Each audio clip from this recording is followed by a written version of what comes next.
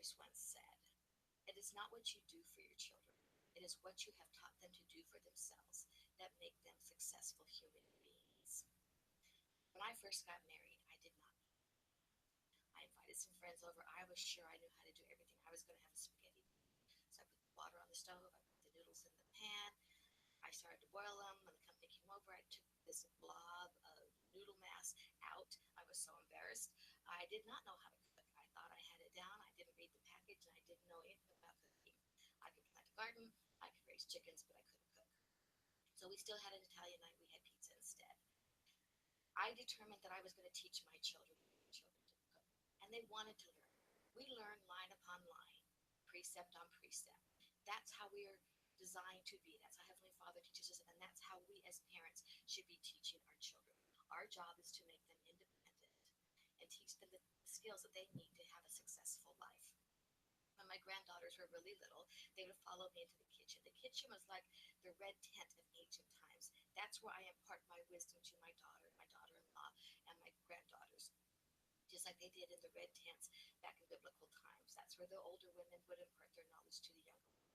Hopefully, I have some knowledge that they can take with them. So when my granddaughters were little, I'd plop them up on the counter with me as I was cooking, and they would lift the beaters and scrape the bowls and add a pinch of salt here and help me.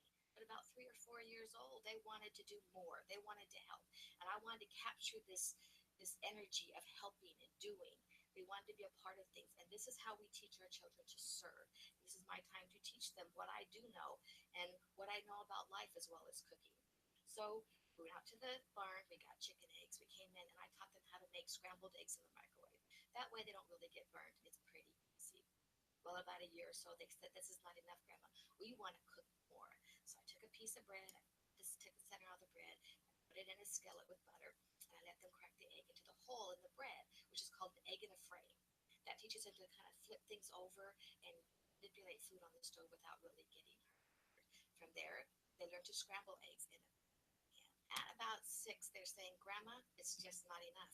We want to cook like you cook for the family.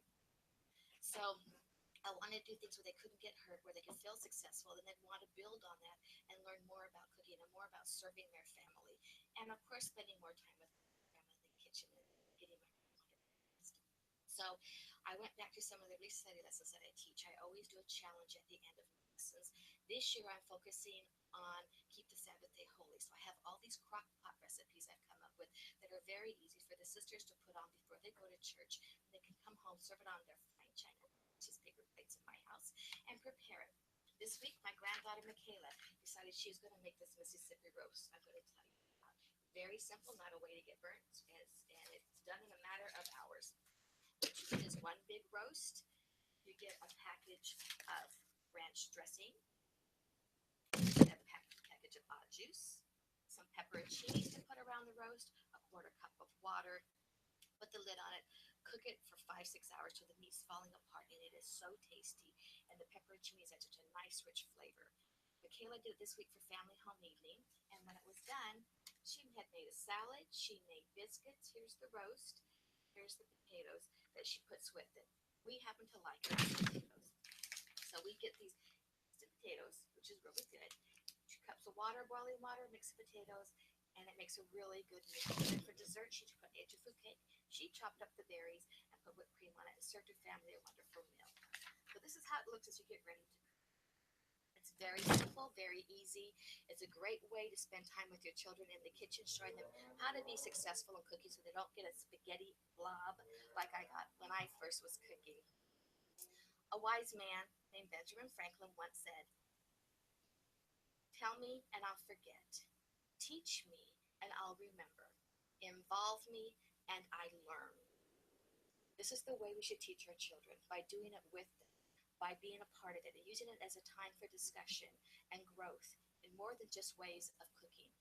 It teaches them the gospel, how family functions, and how to serve others.